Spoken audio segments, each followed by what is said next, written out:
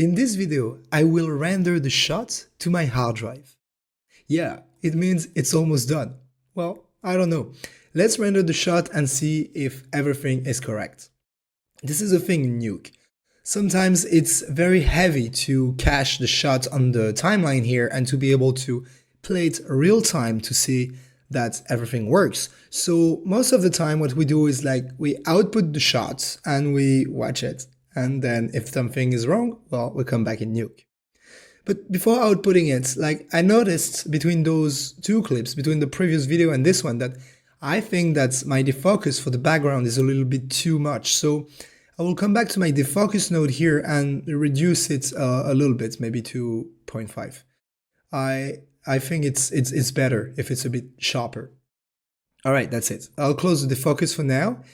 And now I will go into the image folder here in the image menu, and create a write node. And the write node as well as the W shortcut. That's a shortcut that we use a lot. Okay, I created a write node. So what is the write node? Well, the write node will allow us to write images or video on a hard drive. So basically this is the node that will help us to render our shots. So whatever you will put inside the write node will be rendered. For example, if I put the input of the write node here at the end of my comp and I put my viewer after, I will simply render my entire shot. If you just want to render a specific part of your script, for example, the ship here, I could plug my write node here and I will render only the ship. Okay, in our case, I want to render everything, so we'll plug it here. Okay, cool. Now what's up? I just want to come here and click on render?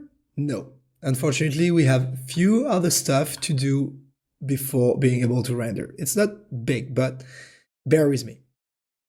Okay, I want to specify first where I want to render my file. So I can click on that little icon here, file, and now I can navigate where I want to render my images. So I'll come to material, the folder that comes with this course, and I will create a new folder by clicking on that little icon here, and I will call it output and click on OK.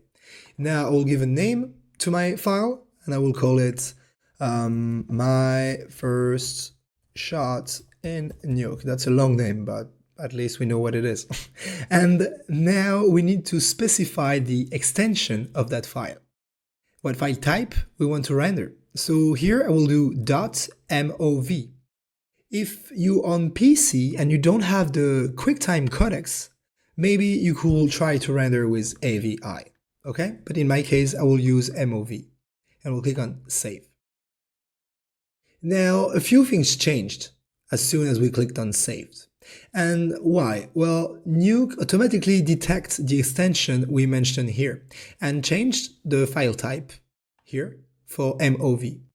You have few other file types you could use to render, and if you'd like to choose another one, just notice that by selecting a file type here won't change the extension on the file name here, and you will have to come here and change it manually.